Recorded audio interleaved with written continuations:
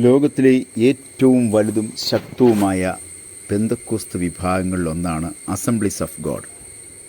252 രാജ്യങ്ങളിൽ സജീവ സാന്നിധ്യമുള്ള പ്രസ്ഥാനമാണ്. പുതിയ എപ്പിസോഡിലേക്ക് എല്ലാവർക്കും സ്വാഗതം.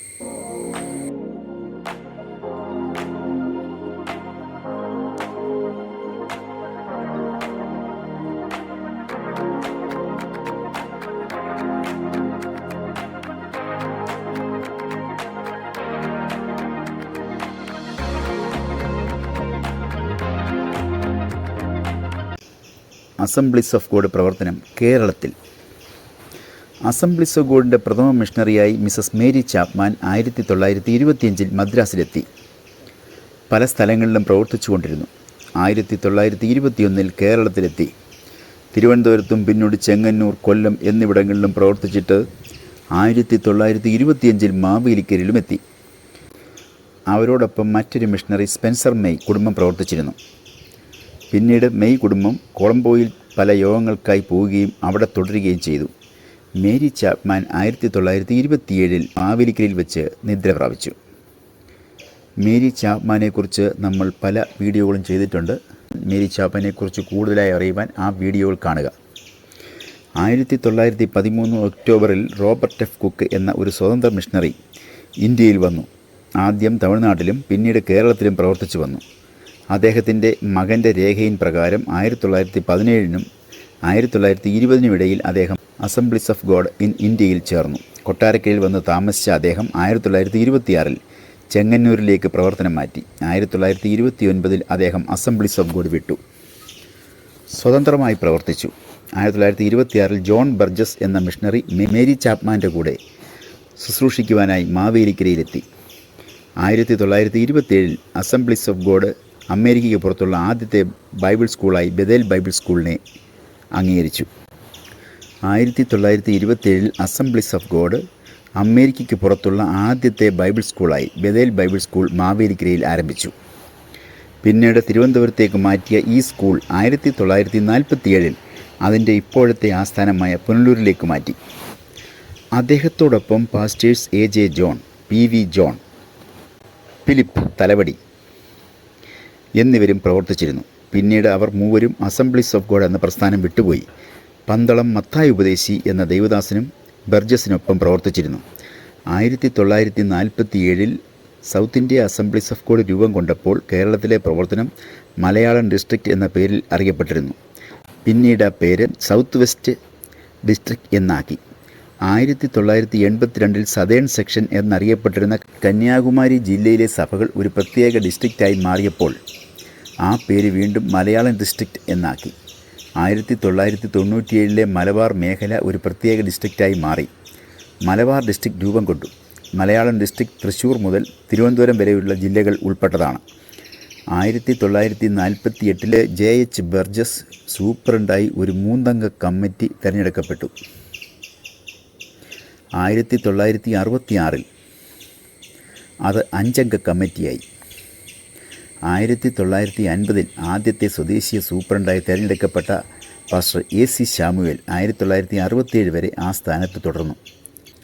പിന്നീട് 1968 മുതൽ 78 വരെ പാസ്റ്റർ C കുഞ്ഞുമ്മൻ, 1980 ഒക്ടോബർ മുതൽ 1990 സെപ്റ്റംബർ വരെ പാസ്റ്റർ PD ജോൺസൺ, 1991 മുതൽ 1995 വരെ പാസ്റ്റർ TJ ശമുവേൽ, 1996 മുതൽ 2003 വരെ പാസ്റ്റർ PS ഫിലിപ്പ് സൂപ്രണ്ടായി സേവനമനുഷ്ഠിച്ചു.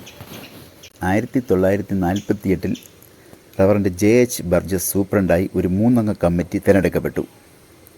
പിന്നീട് 1966 അത് 5 അംഗ കമ്മിറ്റിയായി. 1950 ആദ്യത്തെ സ്വദേശീയ സൂപ്രണ്ടായി തിരഞ്ഞെടുക്കപ്പെട്ടത് പാസ്റ്റർ AC ശൗമേലായിരുന്നു. അദ്ദേഹം 1967 വരെ ആ സ്ഥാനത്ത് തുടർന്നു. പിന്നീട് Kunjumman, pastor PD Johnson, pastor TJ Shaumel, pastor PS Philip തുടങ്ങിയവർ സൂപ്രണ്ടായി സേവനമനുഷ്ഠിച്ചു. അസംബ്ലീസ് ഓഫ് ഗോഡ് അതാത് രാജ്യങ്ങളിൽ പരമാധികാരമുള്ള ജനറൽ കൗൺസിലുകളാണ്. യാതൊരു വിദേശീയ ഹെഡ്ക്വാർട്ടേഴ്സോ വിദേശീയ നേതൃത്വമോ അസംബ്ലീസ് ഓഫ് ഗോഡിനില്ല. അസംബ്ലീസ് ഓഫ് ഗോഡ് ജനറൽ കൗൺസിലാണ് ഇന്ത്യയിലെ പരമോന്നത സഭാ കൗൺസിൽ. സഭയുടെ റീജിയണൽ കൗൺസിലുകളെയും ഡിസ്ട്രിക്ട് കൗൺസിലുകളെയും 5 ഓർഡൈൻഡ് ശുശ്രൂഷകന്മാരടങ്ങുന്ന ഒരു കമ്മിറ്റിയാണ് ഭരണം നടത്തുന്നത്. ഓൾ ഇന്ത്യ അസംബ്ലീസ് ഓഫ് ഗോഡിന് 9 അംഗ കമ്മിറ്റിയുണ്ട്. എല്ലാ അംഗീകൃത ശുശ്രൂഷകന്മാരും അംഗീകൃത സഭയിൽ നിന്നും ഓരോ സഭാപ്രതിനിധിയും നടത്തുന്നതാണ്. ഡിസ്ട്രിക്ട് കൗൺസിലുകൾ എല്ലാ ഓർഡൈൻസ് മിനിസ്റ്റർമാരും അംഗീകൃത സഭകളിലെ ഓരോ പ്രതിനിധികളുമടങ്ങുന്നതുമാണ് regional and national council.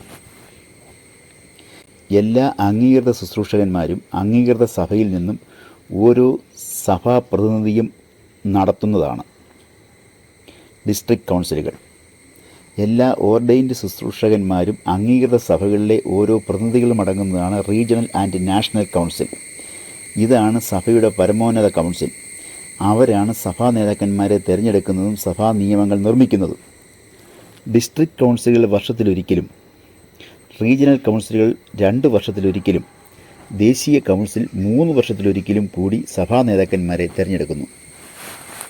സഭാകാര്യങ്ങൾ plan ചെയ്യുകയും ചെയ്യുന്നു.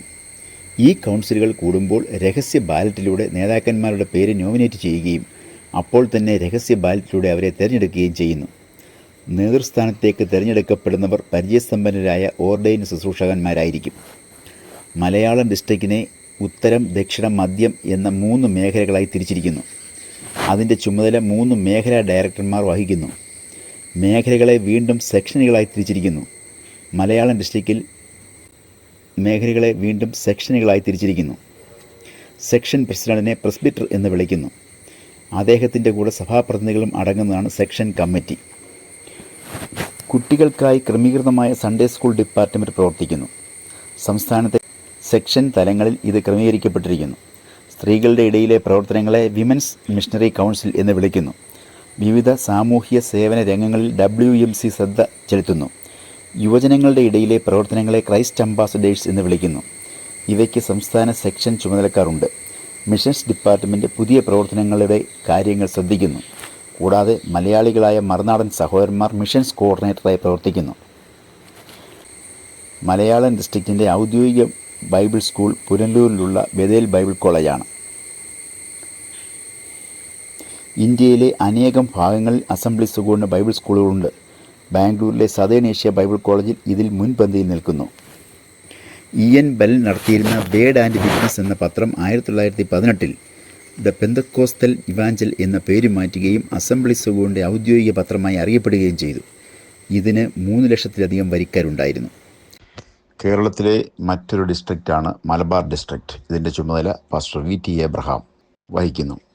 കോഴിക്കോടാണ് മലബാർ ഡിസ്ട്രിക്റ്റിൻ്റെ ആസ്ഥാനം. പെന്തക്കോസ്ത് പ്രസ്ഥാനത്തിൻ്റെ ചരിത്ര സംബന്ധമായ കാര്യങ്ങൾ കൂടുതൽ അറിയുവാൻ ഈ ചാനൽ സബ്സ്ക്രൈബ് ചെയ്യുവാൻ ഞങ്ങൾ ഓർമ്മിപ്പിക്കുന്നു. സഹകരിക്കുന്ന എല്ലാവർക്കും